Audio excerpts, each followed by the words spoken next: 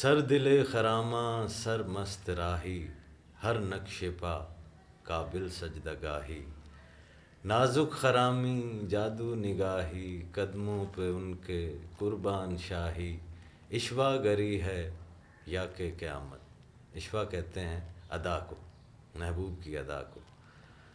تو جو راہ سلوک میں اور بالخصوص صوفی شاعری میں عشوہ کا لفظ استعمال ہوا ہے، تو وہ اللہ تعالیٰ کے اس حسن ازلی اور حسن حقیقی کی طرف اشارہ ہے، جس میں وہ اپنے جمال کو اس کائنات کے مظاہر میں ظاہر کرتا ہے جی۔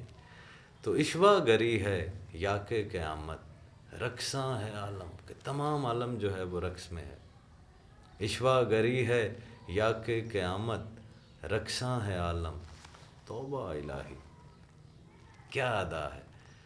عشوہ گری ہے یا کہ قیامت، رقصاں ہے عالم، توبہ الہی، قسمت ہے اچھی سودا ہے اچھا، ان کی ادائیں میری تباہی۔ قسمت ہے اچھی سودا ہے اچھا، ان کی ادائیں میری تباہی، اور مجھ میں سمایا ہے تو حرف جیسے، ظاہر ہے صورت باطن سیاہی۔